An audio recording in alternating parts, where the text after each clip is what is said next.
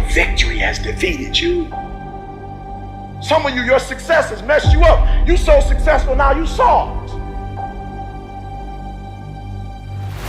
Your success has not benefited you. You've not grown as a result of being successful. You've lost your bite. You're not hungry anymore. Your success is damaging you. Not many people want the life that you have and you got it and you not taking it serious. You know how many people would die to have your life and you got it. It's your life. You got it. What you gonna do with it? I need you to stay plugged in, because the days you're not plugged in are the days you don't get 120. They say an alligator is so ferocious it'll kill a lion, but I can kill an alligator with my bare hands. How? They say when you want to kill an alligator, you kill it right after it eats, because right after it eats, he gets satisfied. It goes to a state like it's almost paralyzed. Some of y'all in this room, when you paralyzed, you had a little success, you done what nobody else in your family has done, and now you chilling. Come on, you ain't hungry no more? You should still be hungry. What have you eaten that got you satisfied? What have you done? What have you accomplished that got you so full? I haven't had my best idea yet. I haven't had my most creative moment yet. I haven't produced my dream yet. I don't care whether you're 30, 40, 50, 60, 70. There's something down inside of you that's still kicking inside of you that wants to get out and it wants to live.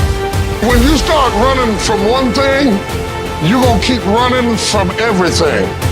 You're gonna run from love, you're gonna run from life, you're gonna run from responsibility, you're gonna run. When are you gonna stop running? Yes, we tired. Yes, we're hungry. Yes, the mind is saying give up. Yes, it's saying quit. But we cannot quit because we realize we have not reached the goal yet. This is not what I dreamed about. This is not what I said I was gonna do. This is not what it looks like. I gotta squeeze. And then once we get past that place, we become comfortable with being uncomfortable. We no longer thrive to be in the comfort zone. The standard is the standard. We don't lower it. We compete, we fight, we scrap, we live to fight another day. We don't retreat against nobody. That ain't talent. That's essence. That's core. That's who I am as a person. That's how I get down. That's how I'm coming. That's what that is. And every time you get ready to stop, every time you get ready to quit, that's you as a man. But when you press forward, in the midst of the opposition, in the midst of the adversity, you're building a mentality that's going to sustain you 20, 30, 40, 50 years from now. And I get what I get because I live in beast mode. Y'all gotta do me a favor. Stop being gazelle. You're not average. There's nothing about you that's average. You're not even good. You were born to be great. For those of you who are 70% beast mode, 30% gazelle. That's just enough for that other person. I'll do.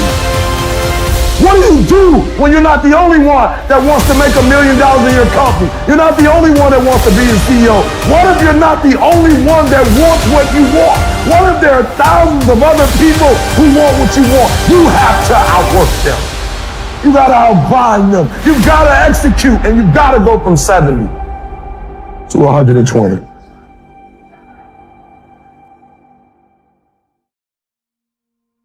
Here is some of my best advice to you.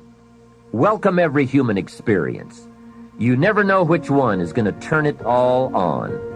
Don't keep up the walls. The same wall that keeps out disappointment keeps out happiness. Let life touch you. Don't let it kill you, but let it touch you. It could be the next touch that makes the day that turns your life around. And here is the last emotion, resolve. Resolve says, I will. Two of the most powerful words in the language, I will. Benjamin Disraeli once said, nothing can resist a human will that will stake even its existence on the extent of its purpose. Shortly put, I'll do it or die. That could be the day. The man says, I will climb the mountain. They've told me it's too high, it's too far, it's too steep, it's too rocky, it's too difficult. But it's my mountain. I will climb it. Pretty soon you will see me waving from the top or dead on the side because I'm not coming back. Hey, that's powerful.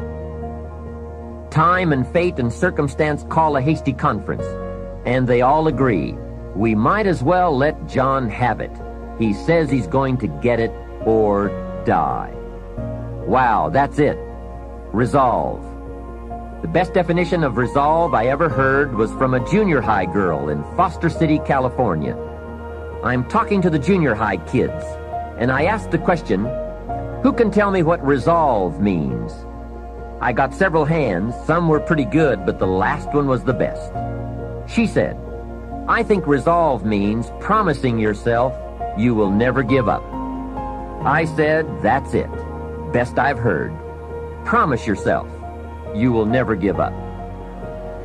I asked the kids, how long should a baby try to learn how to walk? How long would you give the average baby before you shut him off? You say that's crazy. Any mother in the world would say my baby is going to keep trying until it learns how to walk. No wonder almost everyone walks. What a magic formula. The until formula. Good question. How long are you going to work to make your dreams of wealth and happiness come true? I suggest the until formula. It's the best. Emotions, disgust, decision, desire, resolve.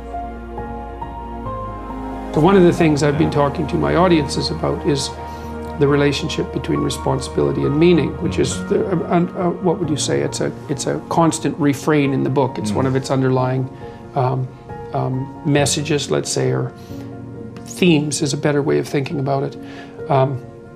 You know, if you start with the presumption that there's a baseline of suffering in life and that can be exaggerated as a consequence of human failing, as a consequence of malevolence and betrayal and self-betrayal and deceit and all those things that we do to each other and ourselves that we know that aren't good, that amplifies the suffering.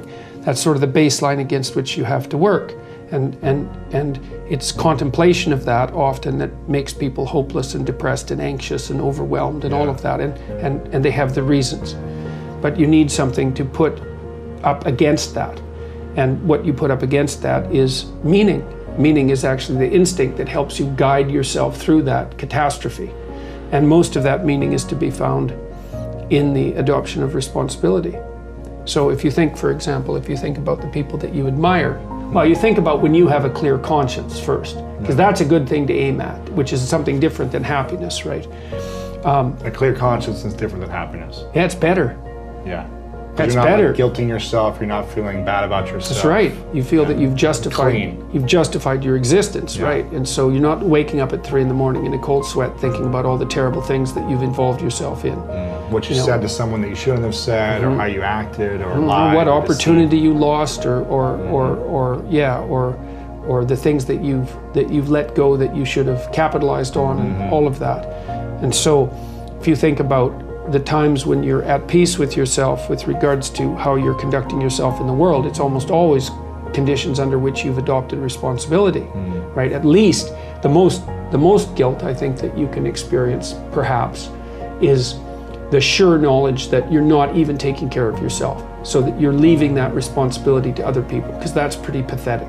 And unless you're psychopathic and you're living a parasitical life, and that characterizes a very small minority of people, and an even smaller minority think that's justifiable. But most of the time you're in guilt and shame because not only are you not taking care of yourself, let's say, so someone else has to, but you're not living up to your full potential. And so there's an existential weight that goes along with that.